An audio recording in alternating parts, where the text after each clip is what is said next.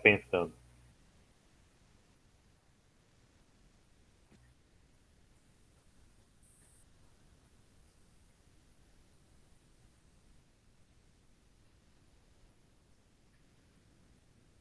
Pai, pronto.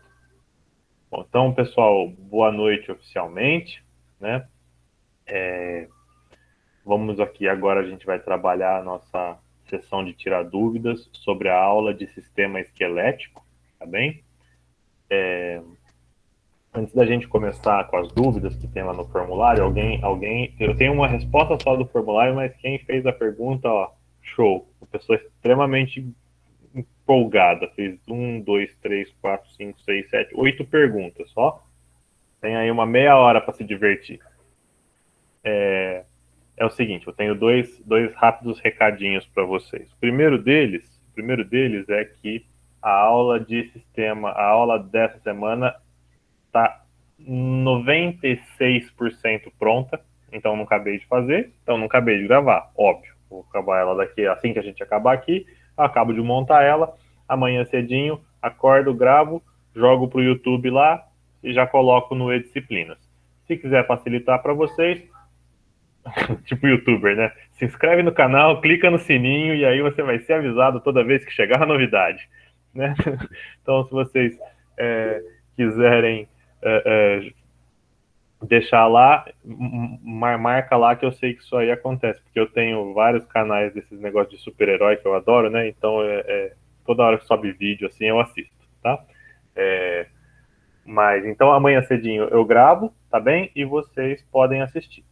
Segunda coisa é que eu fiz uma mudança muito pequenininha, mas muito rápida no nosso calendário, no nosso cronograma, tá bem? O que aconteceu? Eu tinha planejado originalmente fazer uma aula de sistema esquelético, uma aula de sistema muscular, sistema articular e uma aula de sistema muscular, tá certo? Hoje seria para eu disponibilizar a aula de sistema articular. O que acontece? O capítulo de sistema articular é um capítulo extremamente descritivo. Eu ler, eu dar aula e você ler é exatamente a mesma coisa. Não tem um mecanismo, não tem um processo, não tem um nada, tá? Então, eu fiz uma troca. Eu tirei a aula de articular, mas vocês ainda precisam ler o capítulo de articular, tá certo? Do nosso livro. E aí, lá no nosso módulo de nutrição, eu acrescentei uma aula que estava faltando. Eu acrescentei uma aula de sistema excretor, tá certo? Então, aqui encurtou o capítulo está ali para vocês lerem, entenderem a ponte certinha entre esqueleto e músculo, tá bom? E lá na frente eu adicionei, então agora o módulo de nutrição fica com circulatório, respiratório, digestório, excretor, tá bom? Então, tudo continua nos mesmos lugares, mas a gente acaba encurtou uma função e aumentou a outra, tá? Bom, muito bem. Vamos para as perguntas que estão aqui no nosso formulário, então. Primeira pergunta que a gente vai ter aqui, a pessoa já está pedindo um spoiler, né? Ela fala assim: como a informação de movimento chega tão rápido até os membros? Essa parte aí é um pouquinho de spoiler da aula que vem agora, que é de muscular, tá certo? E um pouquinho de spoiler da aula que vem lá quando a gente estiver falando de sistema nervoso, mais para o fim da disciplina, tá bem? Mas basicamente o que vai acontecer é que assim, nós temos no nosso na transmissão dos impulsos nervosos, dos potenciais de ação das células nervosas, né? Ela quando a gente estiver falando de tecido nervoso, eu vou mostrar para vocês algumas imagens, mas ela é basicamente assim, ó. A gente tem axônios muito grandes, tá certo? Então, um neurônio ele tem aquele corpo celular, né? Tem as partes que recebem a ligação e aquele compridão que é um axônio, que é o que transporta a informação até as pontas, ou para fazer a interlocução com outro neurônio, ou que é lá no finzinho desse axônio que vai fazer a conexão com a parte muscular, ou com os gânglios sensoriais, ou seja, lá onde é que ele tiver se encontrando, tá certo? O potencial de ação, quando ele vai se propagar pela célula, basicamente o que acontece num potencial de ação tanto do neurônio quanto no músculo, na musculatura que a gente vai ver daqui a pouquinho. É assim, na parede celular, a gente vai ter algumas proteínas que são proteínas trocadoras de íons, tá certo? Vocês já devem ter ouvido falar da tal da bomba de sódio e potássio, tá certo?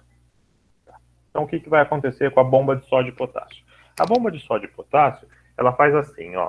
Se você deixar ali naturalmente, por difusão, né, a tendência é você igualar a concentração de sódio e potássio dentro e fora da célula. O que a bomba de sódio e potássio faz? Gastando energia, ou seja, com gasto de ATP, ela força trocas contra o gradiente de concentração. Então, o que ela faz? Ela pega 3 íons potássio e joga para dentro da célula. E 2 íons sódio e joga para fora da célula. Tá certo? O que isso vai acontecer? Você concorda comigo? Potássio é K+, o sódio Na+. Se toda vez que ele troca, ele joga 3 cargas positivas para dentro e 2 cargas negativas para fora, você concorda comigo que em algum momento, dentro, você vai ter uma maior quantidade de cargas positivas do que fora, tá? Isso vai criar uma diferença de potencial e nós costumamos dizer que dentro, então, fica positivo e fora fica negativo, tá certo? Quando você recebe um estímulo nervoso, o que acontece? Você abre canais de sódio, esse sódio que estava fora, ele entra muito rapidamente. Desculpa. Inverte. O sódio vai para fora, 3 sódios, e entra 2 potássios. É o contrário, tá certo? Então, fora está mais positivo do que dentro. O que acontece? Quando você recebe o estímulo nervoso, uma quantidade muito grande de sódio entra na célula. Então, a parte que estava negativa, com esse monte de íon entrando, ela fica mais positiva dentro do que fora. Então, naquele local específico, você tem uma inversão de polaridade, tá certo? Isso vai estimulando na membrana plasmática que outros canais de sódio vão se abrindo e mais sódio vai entrando, tá? E essa inversão de polaridade, ela se propaga por toda a extensão da membrana plasmática até chegar do outro lado, tá?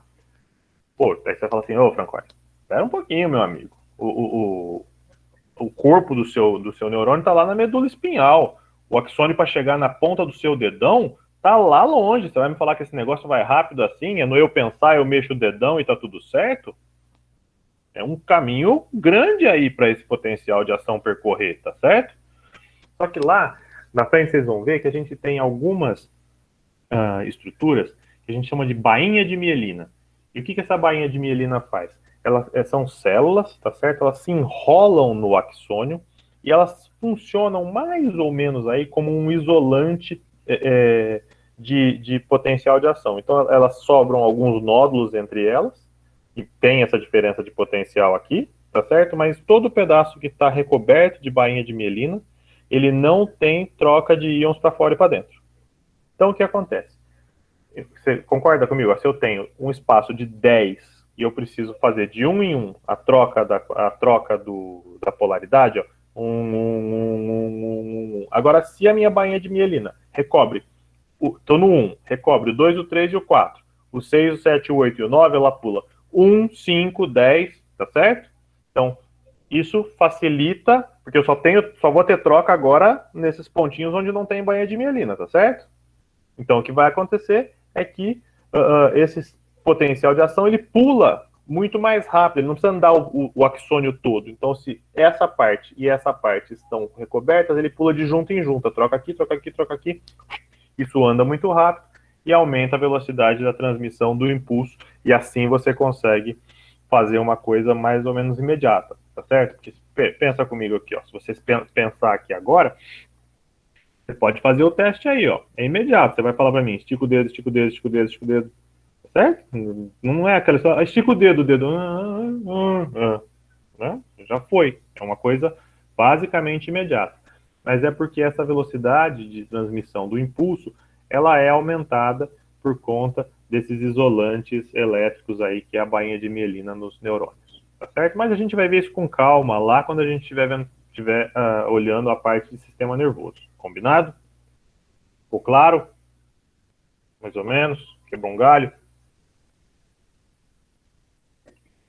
Vamos lá, pergunta 2 do formulário aqui. As células sanguíneas são produzidas somente na medula óssea? Depende da fase da vida em que a gente está falando, tá certo? Durante o desenvolvimento embrionário, se eu não me engano, até o 7º mês, mais ou menos, de desenvolvimento, quem produz célula sanguínea é o fígado, tá? Os ossos começam a se formar ali ao redor da 6ª semana, tá bem? Mas tem todo um processo aí de formação e tudo mais, demora um pouquinho. Então, no começo da nossa vida, quem assume o papel de hematopoiese ou hemopoese, ou seja lá porque os livros trazem aí o nome, é o fígado. Mais ou menos no 7º mês, esse papel ele é assumido pela medula óssea vermelha, e aí é ela que fica para o resto da vida produzindo isso, e o fígado nunca mais vai produzir células sanguíneas, tá certo?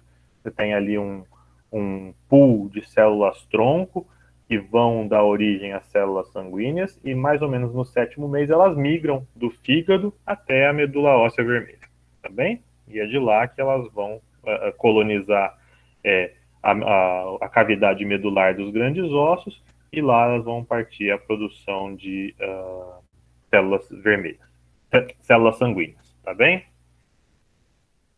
Aí tem uma continuação dessa pergunta, que é o seguinte, cadê meu formulário? Tá aqui.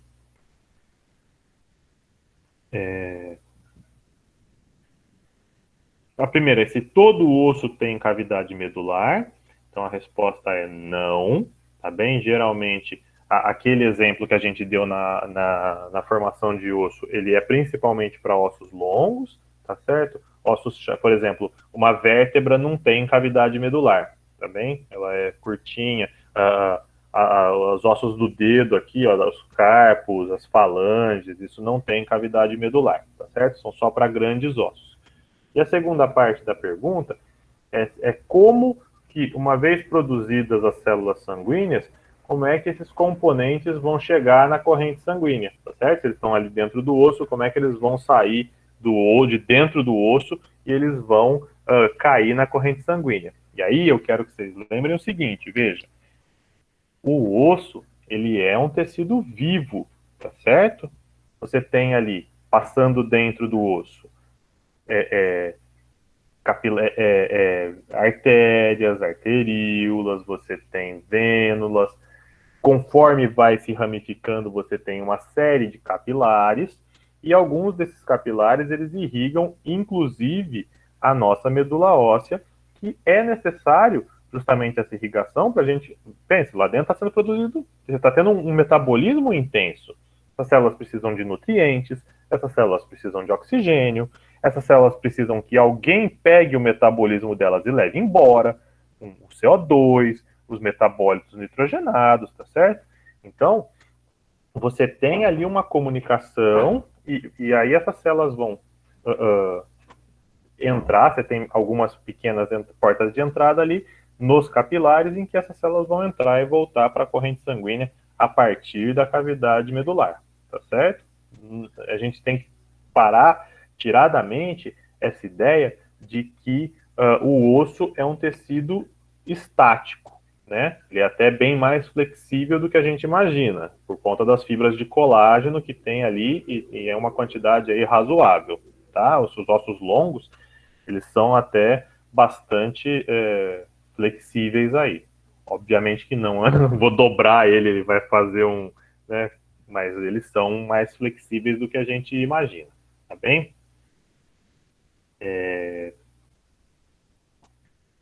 Aí eu tenho um aqui, ó, que vai na mesma linha. É possível um osso doer? Você vai me dizer, você que vai me dizer, veja, já ouviu falar de artrite? Já ouviu falar de artrose? Tá certo? O que acontece aí, de novo, o osso, ele é um tecido vivo. você tem inervação chegando nele ali. Então, é óbvio que não é como, por exemplo, uma região extremamente inervada, tipo a boca, né? Qualquer coisinha na boca dói. Tem quem já teve um cravo aqui no limite entre a boca e o lábio aqui, assim, ó, e já tentou tirar, sabe que parece que você está espremendo o capeta para fora do seu corpo, tá certo? É um negócio que não dá para explicar, ó. Eu lembrei e o olho encheu de lágrima, tá certo? Professor, Oi. os dentes também, né? Aí, né, quando a gente vai fazer um canal, é aquele nervo que tá no meio que eles estão tirando. É isso, né? Então, assim, a memória afetiva até encheu o olho de lágrima aqui, ó, né? Mas então, você tem nervos chegando, mesmo porque se tiver alguma coisa errada ali, o seu corpo tem que dar um jeito de perceber que aquilo está errado, certo?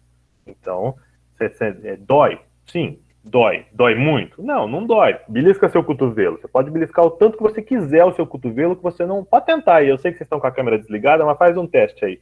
Tenta beliscar o seu cotovelo. Não vai doer. Não vai doer. Bota a unha e crava a unha para você ver. Não vai doer. Agora faz isso aqui para você ver, ó, o zóio enchendo de lágrima de novo. Tá certo? Então, tudo que o Nilson falou ali do dente. Então, veja, quando a gente está pensando no dente, aí tem uma pequena diferença. A parte de fora do dente, o esmalte do dente, isso é tecido morto. Isso é tecido que foi secretado e ele está ali para proteger, porque, né, é o tecido o composto mais duro que a gente tem no corpo humano, é justamente o esmalte do dente, porque a gente precisa triturar alimento e tudo mais. E aí, por que você tá com aquela cárie superficial? Às vezes você vai no dentista e ele fala assim: ah, não, isso aqui eu não preciso nem te dar anestesia. E aí, às vezes ele só mexe lá e você nem sente mesmo. Porque tá muito superficial, você tá mexendo em tecido morto. Agora, quando a cárie aumenta e vai para a polpa do dente, não precisa nem ir para o núcleo, hein? Vai para aquela polpazinha que tem aqui, aí ele já entra na anestesia. Por quê? Porque ali já é tecido vivo, ali já tem inervação e ali você já vai sentir. Tá bem? Professor, então o esmalte do dente, ele é mais duro do que o cálcio dos ossos? Uhum. Caramba. O esmalte duro de dureza, né? No sentido físico, né? Faz um teste, pega um ossinho aí do bifinho e dá uma mordida pra você ver se não vai ficar a marca do seu dente no osso. Não vai quebrar seu... Morde devagar, que você quebrar o dente, você vai falar que fui eu que mandei fazer isso, hein? Amor de Deus. Mas é para acontecer isso, tá? É para ficar a marca do seu dente, mas não o osso riscar seu dente riscar o osso, tá? Vamos lá. Ó, aí tem aqui. Essa é uma boa pergunta. Se eu olho para o fêmur, como identificar a extremidade proximal e a distal? Como saber que parte está mais próxima do corpo? Aí é o seguinte, ó. Se você estiver pensando só no fêmur, dá para a gente saber mais ou menos, tá? Você vai saber se você for um anatomista. Ah, esse aqui é o rádio ou é a una, meu amigo? Não sei. Não sei. O médico que tem que saber lá, tá certo? Mas geralmente esses ossos, que nem o fêmur, pensa que a cabeça do fêmur, aquela articulação redonda, ela está encaixada no osso do seu quadril, tá certo? Então, e a parte de baixo ela não tem essa articulação redonda, porque ela só vai fazer a articulação aqui com os tendões aqui na patela, né, para você fazer a dobra, né? Mas se você estiver olhando no corpo, então um corpo humano, você pode pensar sempre assim, ó. Pega no meu braço aqui. Então, a região que está mais próxima do meu corpo, obviamente, essa é a parte distal do meu braço. Essa é a parte proximal do meu braço, essa é a parte distal do meu braço, certo? Então, e aí o que vai acontecer? Agora no antebraço, esta é a parte proximal do meu antebraço, esta é a parte distal do meu antebraço, tá certo? Para o que a gente espera aqui, para a gente isso já basta. Pegar um osso, me dizer né? Imagina, a gente faz uma prova prática lá, eu te dou um osso da canela e falo assim, ó, qual que é a parte proximal, qual que é a parte distal? Eu não vou nem me atrever a fazer um negócio desse, mesmo porque eu não sei te responder, certo? Porque também não é o nosso objetivo aqui. A gente tem que pensar aí agora no conjunto como um todo. Você sabe onde é o proximal, você sabe onde é o distal, mas no geral. Agora, se você for fazer algum trabalho de anatomia, um anatomista, mas aí já entra numa especialização muito grande que para a gente aqui não tem necessidade, tá bem? Professor, então, de um modo geral, quando a gente olhar para o osso, a parte que for mais arredondada vai ser a proximal. Você vai enxergar isso, cara, ó, tanto no fêmur quanto no húmero aqui. No húmero você também tem. Por quê? A, a, a articulação que ele vai fazer, ela cai uma cai na cintura pélvica, a outra cai na cintura escapular, tá certo? Mas é por conta do tipo de movimentação, ó. Veja, como ela esférica, tá certo? Ó, você consegue sobe, desce para frente, para trás, você gira o braço, não vou girar porque tem uma parede aqui, você gira o braço, tá certo? E eu também não tenho mais elasticidade para girar o braço retinho. A perna, você também faz muita coisa, mas você já não faz a mesma coisa, você não gira ela, tá certo? Porque o quadril limita a sua movimentação. Mas agora, e o dedão? Você gira? Você gira essa parte do dedo aqui, essa falange? Não gira, tá certo? Porque a sua articulação só permite que você faça este movimento aqui. Tem gente que dobra para trás, mas aí é outra conversa, tá certo? Essa articulação funciona meio ao contrário aí, tá certo? Mas em linhas gerais, o tipo de articulação vai limitar o tipo de movimento que aquela junção de ossos ali pode fazer, tá certo? Muito bem, pessoal. Deixa eu ver o que mais temos aqui. Tem uma pergunta aqui. O que é um tendão e uma cartilagem? Aí, o tendão vai estar na tarefinha do dia, que é ler o capítulo do sistema articular, tá certo? Basicamente, ele é tecido conjuntivo, mas lá está explicadinho os tipos de articulação e que tipo de movimento cada articulação vai permitir, tá certo? E cartilagem se vocês olharem lá no livro de vocês, ele tem uma partezinha no capítulo 4 que chama tecidos, tá certo? Esse é um capítulo que vale a pena você dar uma olhadinha nele, nem que seja por cima, estão todas as descrições dos tipos de tecidos lá. Cartilagem, ela é um tipo de tecido que ele também endurece, ele também serve para dar sustentação, tá certo? Só que ele é mais maleável do que os ossos, ele é mais molinho. Então, por exemplo, você tem cartilagem na orelha, tá certo? A orelha você dobra. Você tem cartilagem no nariz, você consegue puxar para um lado e para o outro.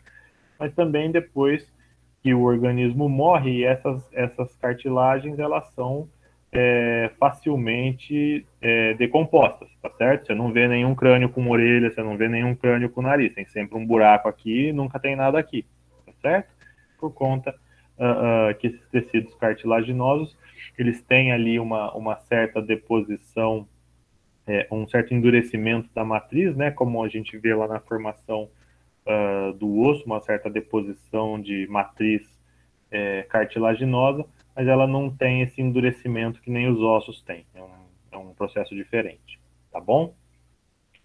Professor, Oi, desculpa, eu acho que eu perdi. Qual é o livro que a gente vai utilizar? Porque na bibliografia lá tem vários. Espera aí, eu vou te mostrar aqui. Eu vou compartilhar aqui para vocês a tela, vocês já veem. Bom, aquela bibliografia eu preciso atualizar ela no Jupyter, tá? Mas basicamente é esse livro aqui que a gente vai ver, ó. Na bibliografia de vocês está a sexta edição, tá certo? Acho que é Grabowski e Tortora. E agora eles já trocaram até o autor, é o Tortora e o Derrickson, que é esse corpo humano, já está na 10ª edição. É o mesmo livro, ele está Linguagem, eles mudam uma palavra ou outra para lá e para cá, as figuras estão muito mais bonitas, né? E agora com a versão digital eu consigo ainda pegar uma figura muito bem definida. Mas é esse aqui, ó, nosso dicionário. A disciplina basicamente inteira está baseada nesse livro, tá bom? Deixa eu ver o que mais temos aqui.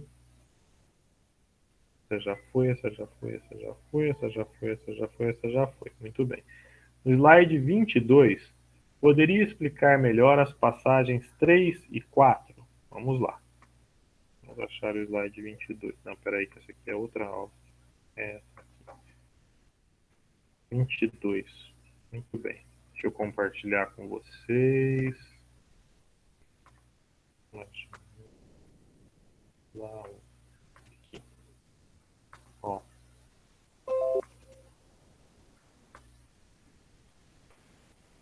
Vocês enxergam aqui, gente? Sim. Sim. Tá. Ó, o que está acontecendo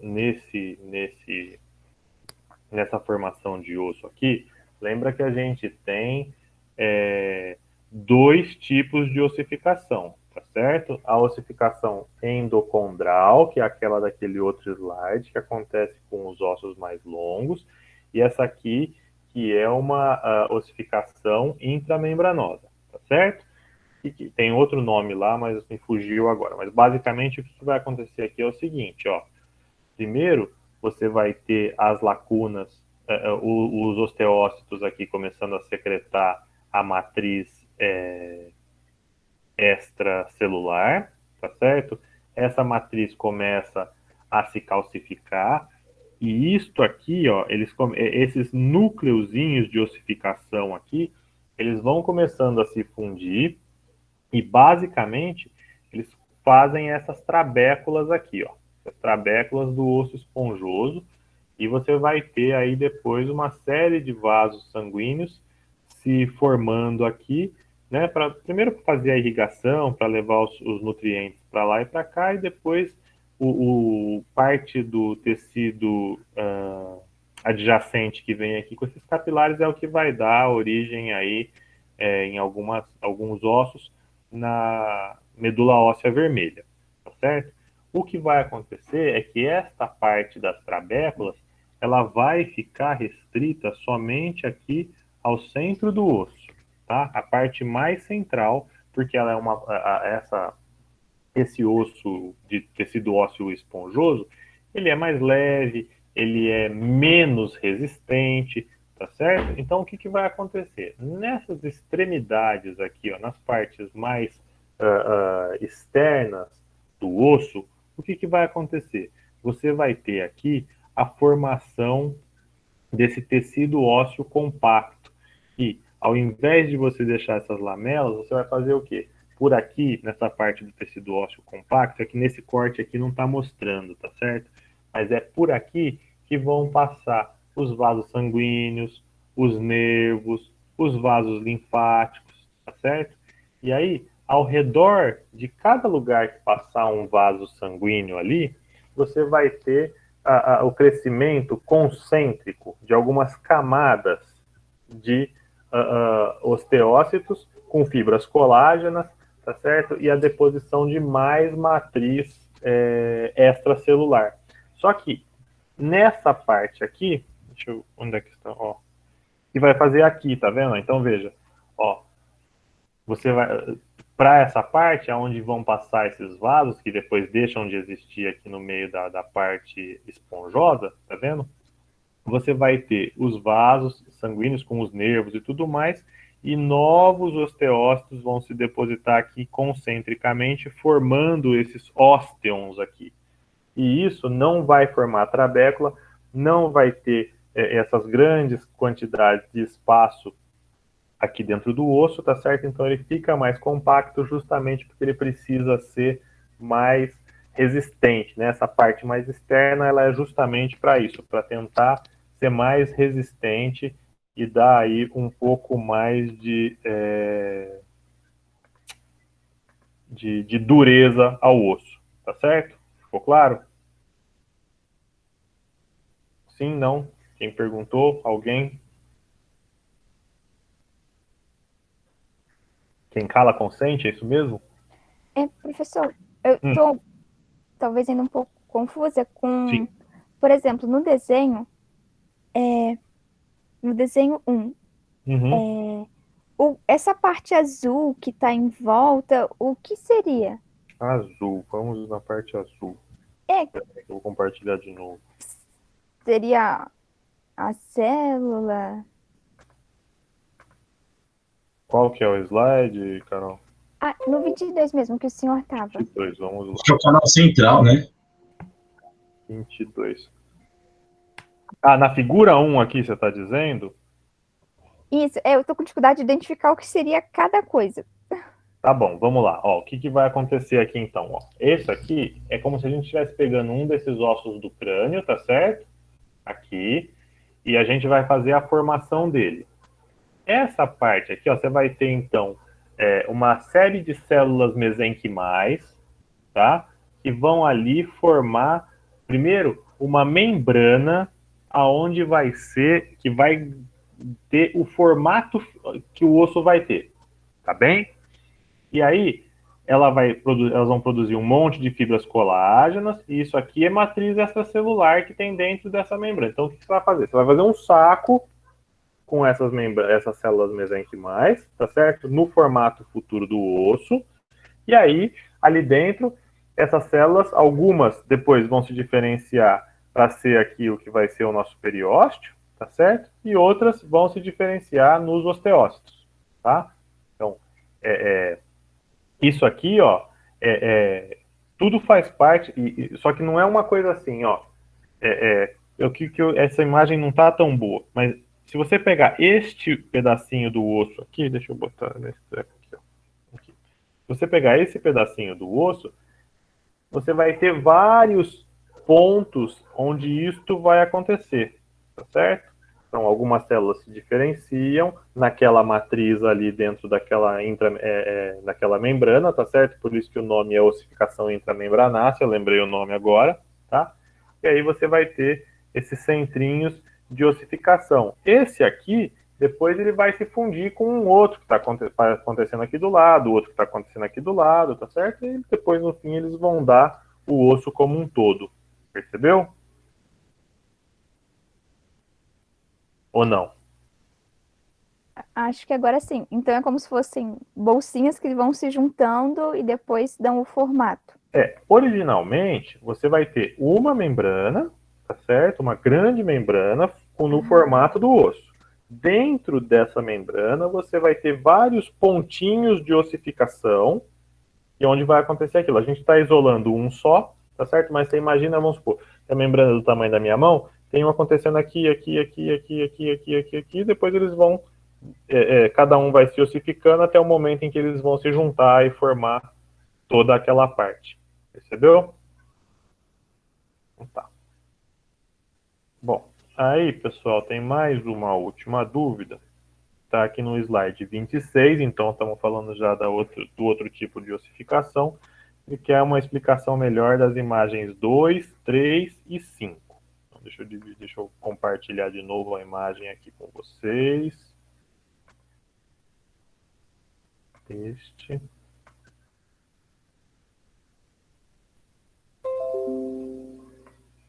É muito este. Deixa eu pegar aqui o laser pointer, tá aqui. Ó, o que, que vai acontecer neste processo de ossificação aqui, tá certo? Ó, inicialmente, você também tem aqui uma membrana, tá certo? Como o osso, a gente tem o periósteo, tá certo? Isso aqui é uma membrana cartilaginosa, então o nome das células e do envoltório muda, passa a se chamar pericôndrio, tá certo? Lá dentro você está cheio de condrócitos. Condrócitos são as células que vão dar origem aí às cartilagens, tá bem? São as células que compõem a cartilagem. E se você reparar dessa imagem aqui para essa daqui, tem uma grande diferença, que é o seguinte: você não tem irrigação sanguínea nesse capilar, nessa cartilagem, tá certo? Não chega nenhum capilar, nenhuma artéria, não chega nada, tá? Então, o que que acontece? Para você nutrir as células que estão aqui no meio, essas células vão precisar passar esses nutrientes por difusão nessa matriz extracelular que está aqui permeando os condrócitos, tá certo? Até chegar lá no meio para essas células aqui se, se alimentarem, eliminarem seus metabólitos e tudo mais. Bem? Só que o que vai acontecer aqui? Começa lá no meião. Esses condrócitos, eles vão começar a secretar uma matriz extracelular e essa matriz extracelular também vai se calcificar. E quando ela se calcifica, ela fica mais dura, menos líquida e mais difícil dos nutrientes passarem pela matriz extracelular para nutrir essas células aqui nesse meião, tá certo? Então, ao mesmo tempo que você vai tendo a formação de uma cartilagem calcificada, você vai tendo a morte dessas células mais centrais. Tá? Isso vai abrindo ali um espaço de degradação dessas células. No 3, daqui para cá, o que vai acontecer? Ao longo do desenvolvimento, obviamente, vai se ligar nesta cartilagem ali na quina, perto dessa parte onde as células estão morrendo, vai se ligar uma artéria que a gente chama de artéria nutrícia. E esta artéria vai começar, primeiro que ela vai trazer algumas células mesenquimais que vão se diferenciar lá, lembra das células osteoprogenitoras, que vão virar osteoblastos e depois osteócitos, tá certo? Então ela traz essas células e junto ela traz nutrientes. Só que as células progenitoras de osteócitos, de osteoblastos aqui, o que vai acontecer? Elas já são células que vão promover a substituição, então, desse espaço que era cartilaginoso por um espaço agora ósseo, tá certo? São células diferentes, secretam uma matriz extracelular diferente, que calcifica e dá um tecido diferente. Então, o que vai acontecer? Esse meião do osso aqui, ele começa a se ossificar. E esse aqui é o que a gente vai dar o nome de centro primário de ossificação. Junto com isso, você vai ter, então, a formação da cavidade... Vou pular para cá, né? Da cavidade medular. Oi, querida. Por que nessa imagem 2, nas laterais, já tem essa partezinha que ele colocou na imagem 3 como o periósteo?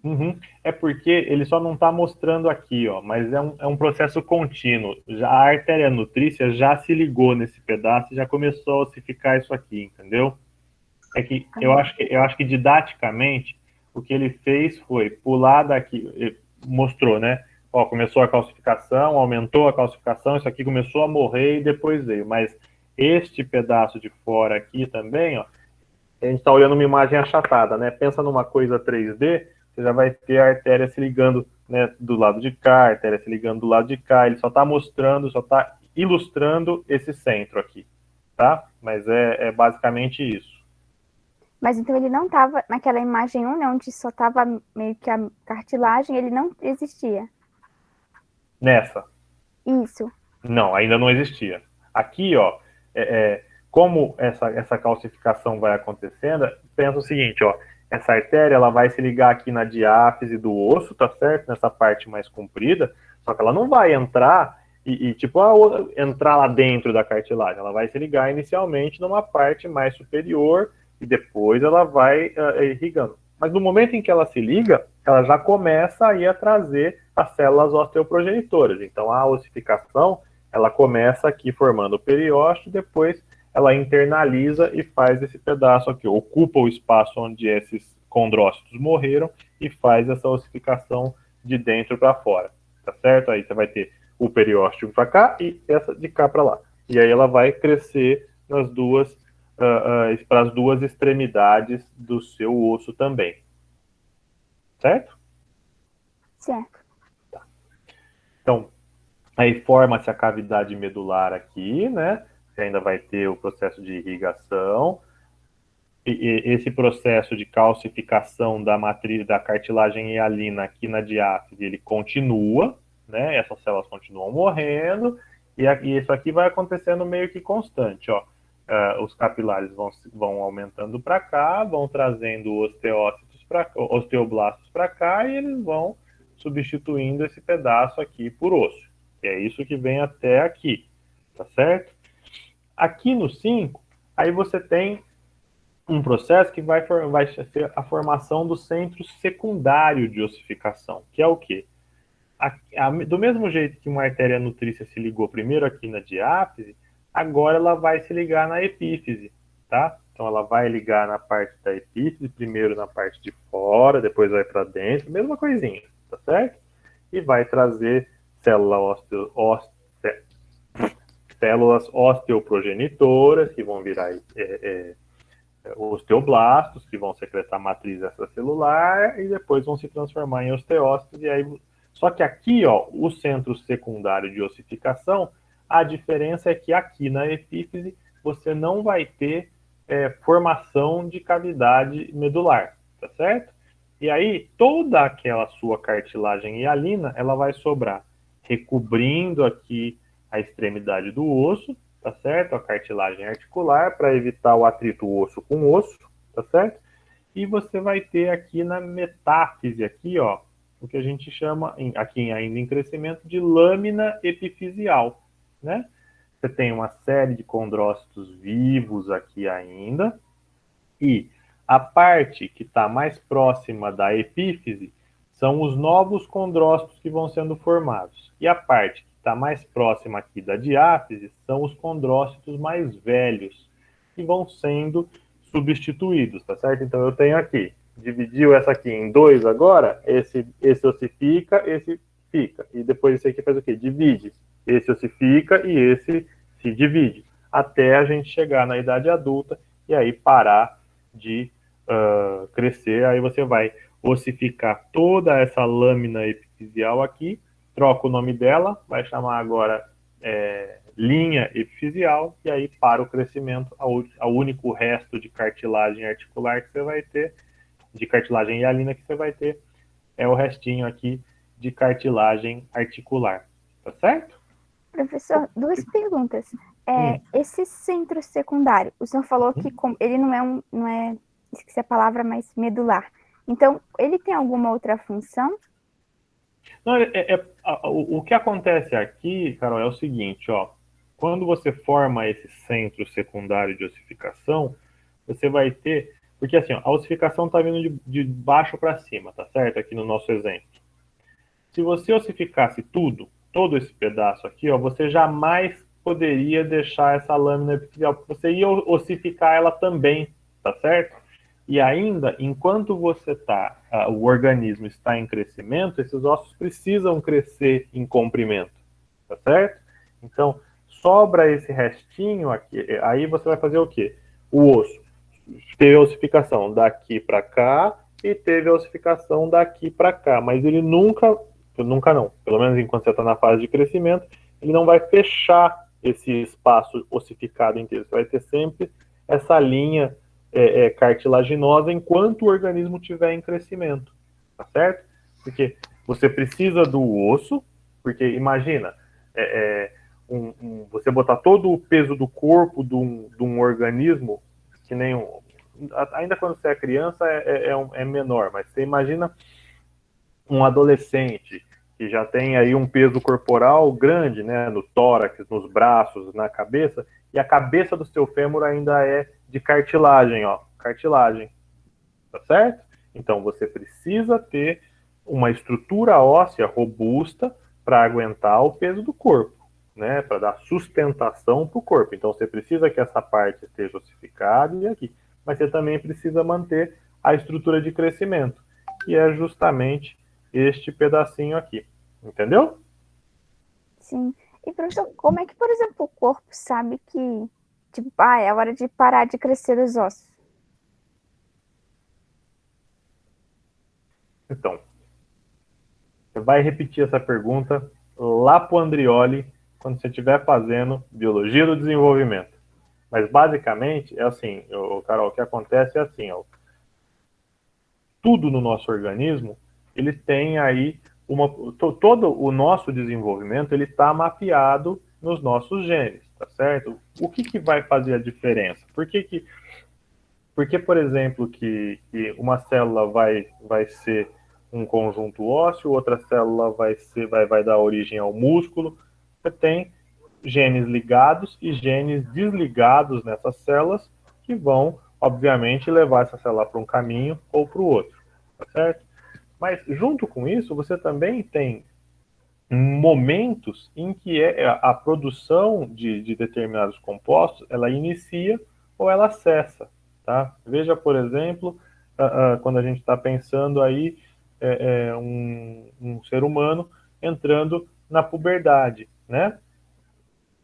Um indivíduo sexo feminino tá ali, ó, tem os seus ovários e mesmo quando é criança, eles não estão, os genes para a produção dos hormônios sexuais, eles não estão ativos ainda, tá certo?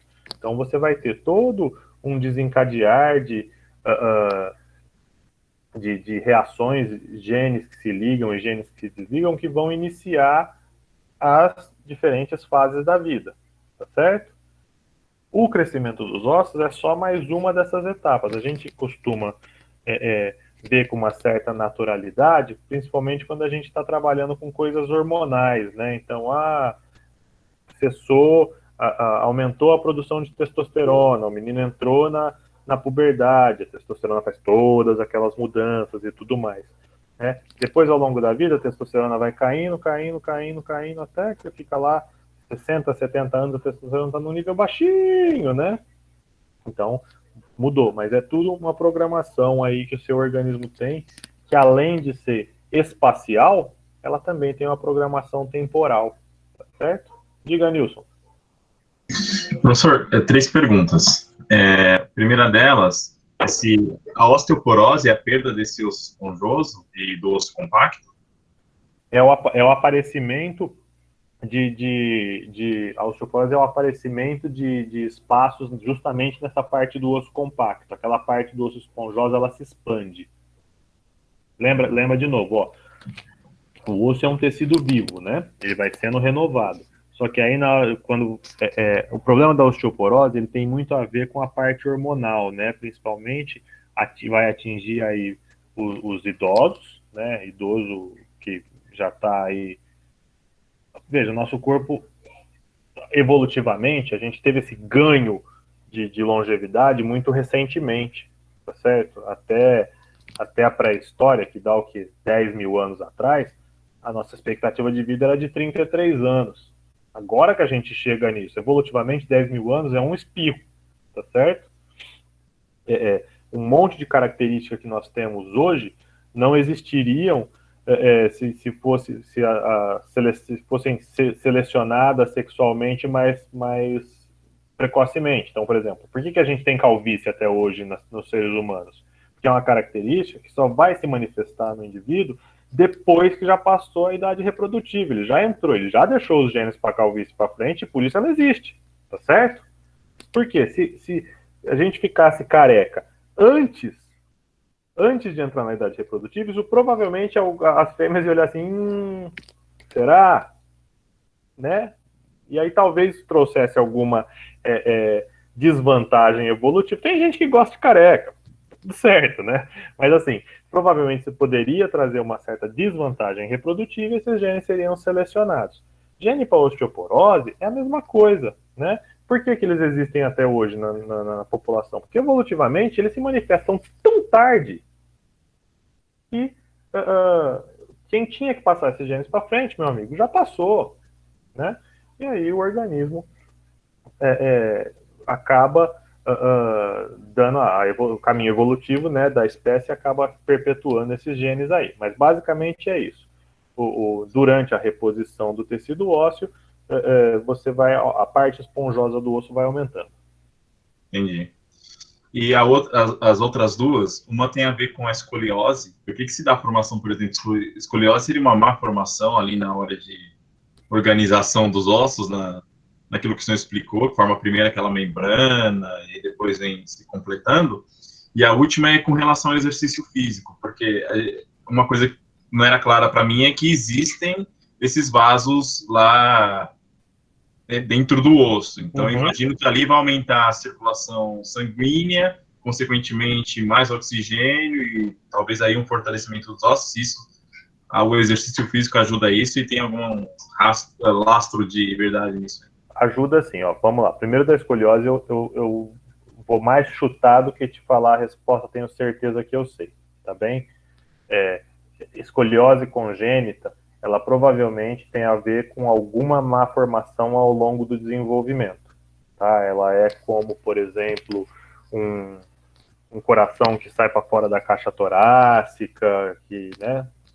Isso, você tem uma programação gênica ali, as células devem responder a um determinado programa, mas às vezes você tem algum evento externo, alguma toxina, alguma coisa que comeu, alguma coisa que...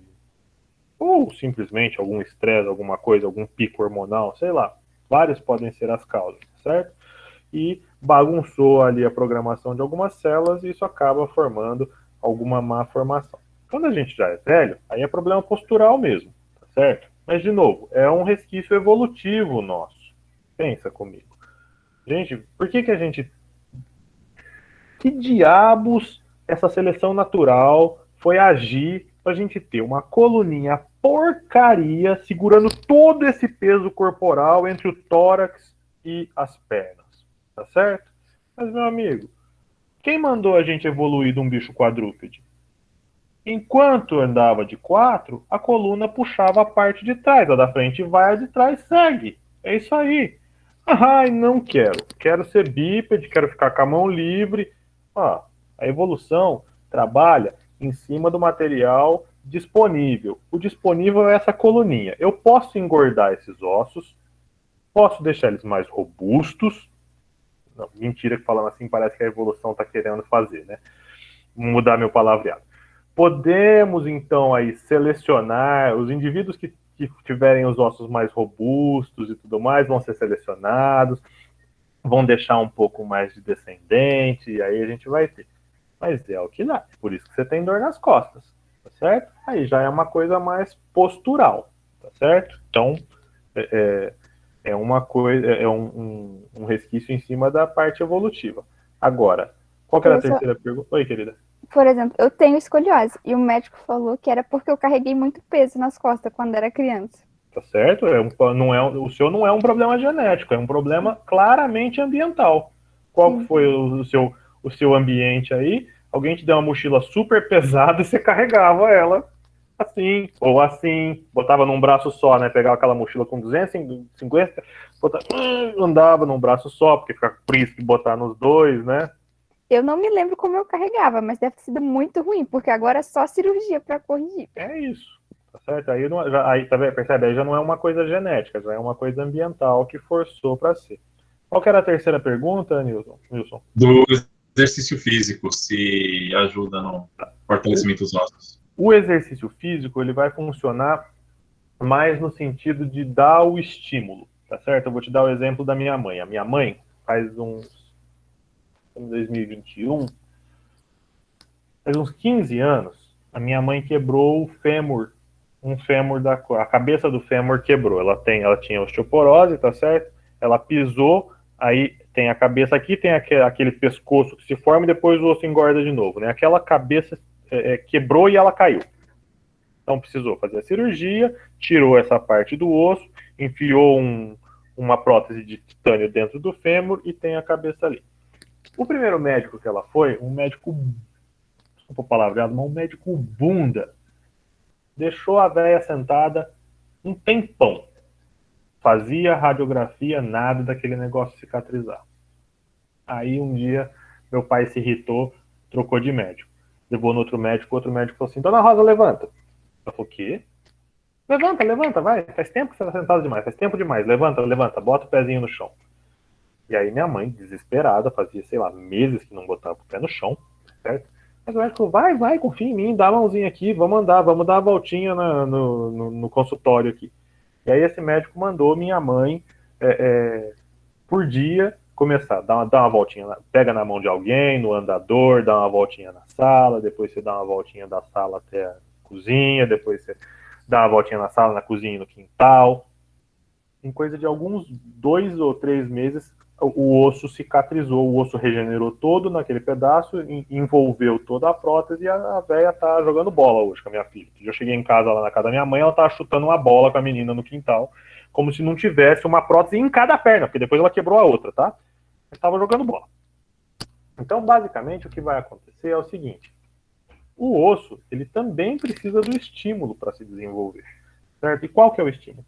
É você botar um pouco de peso, dar um pouco de impacto, tá certo? Faz a tração, bota aqui, bota lá. E isso vai estimular com que o osso se fortaleça, tá certo? E aí você vai ter uma diminuição desse tipo de problema.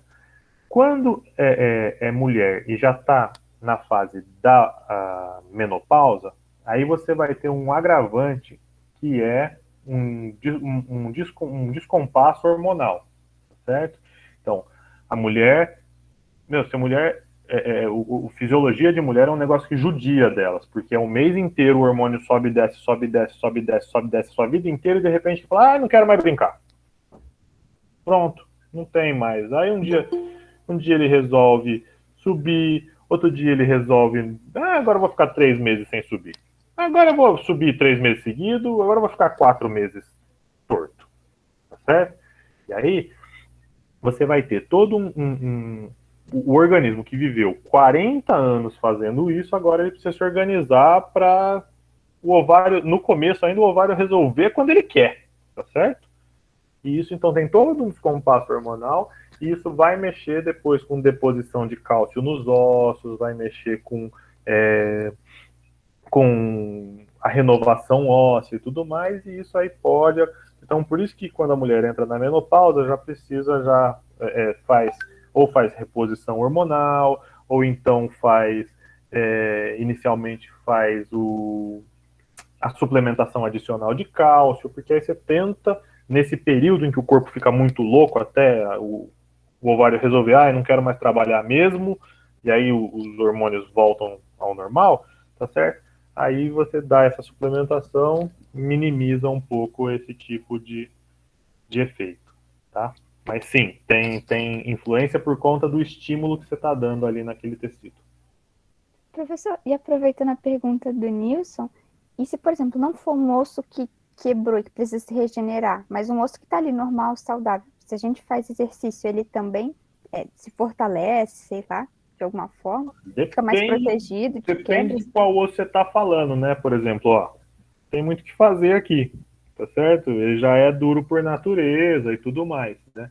Em geral, assim, você tem taxas diferentes de regeneração óssea também dependendo de onde é que esse osso está, certo? Por exemplo, todas as histórias que eu tenho de osso é da minha mãe, coitada. Uma vez, minha mãe estava lavando o quintal, lá em casa, e eu sempre falava para ela assim, eu era moleque, devia ter uns 10, 12 anos, eu falava para ela assim, meu irmão tinha uma moto, né? Eu chegava da escola, ficava em casa à tarde, ela falava assim, mãe, quando você for mexer aqui, me fala que eu mexo a moto para você. A véia nunca ouviu. Até hoje ela não ouve. Tem 70, 80 anos quase no lombo, não ouve ainda, né? O que ela fez? Foi puxar a moto, para tirar a moto do lugar que ela queria lavar o quintal. No que ela puxou, a moto caiu, ela caiu em cima da moto e o guidão entrou aqui. Puf, quebrou uma costela. Certo? Muito bem. Me diz aí, Carol, como é que você estimula uma costela? Você não estimula uma costela, tá certo? Então, o que o médico conseguiu fazer? Com muito custo, devolve a costela para o lugar e espera ela cicatrizar. Quanto tempo demorou para cicatrizar a costela da minha mãe? 3 meses. Tá certo? Enquanto, se você pegar, por exemplo, uma fratura, quando eu era mais novo, eu era menos sedentário, porque hoje eu sou completamente sedentário, quando eu estava no ensino médio, eu jogava basquete. Eu quebrei todos os dedos da mão já. Os 10 dedos já foram quebrados. Né? Você faz assim para pegar a bola, aí você erra o tamanho, o dedo da bola, o dedo fica desse tamanho. Né? Mas assim, dedo é uma coisa que né, você consegue, por mais que não, você estimula, você pega uma coisa, eu preciso pegar o copo, tá com o dedo quebrado, você precisa botar uma força aqui, com o dedo quebrado ou não, você precisa botar uma força aqui para pegar o copo, tá certo? Esse pouquinho de estímulo, nenhum osso do meu dedo aqui ficou mais que 1 mês de tala. Todos eles eu dobro eles, fecho a mão, tá tudo bonitinho até hoje. Agora, costela você já não tem o que fazer, tá certo? Imagino aí que outros tipos de ossos também têm uma regeneração mais lenta, porque o estímulo aí já não vai acontecer, tá? E do mesmo jeito que você tem também esses ossos que são mais estimulados, apesar de você fortalecer eles mais rápido, eles também são os ossos que têm as taxas de renovação mais rápidas. Então, um fêmur se renova mais rápido do que um osso do crânio. A não ser que você fique batendo a cabeça na parede, aí já tá? Tudo bem, pessoal? Mais dúvidas? Sem mais dúvidas? Deixa eu ver aqui no chat. Tá bom. Posso parar de gravar? Então tá. Parando.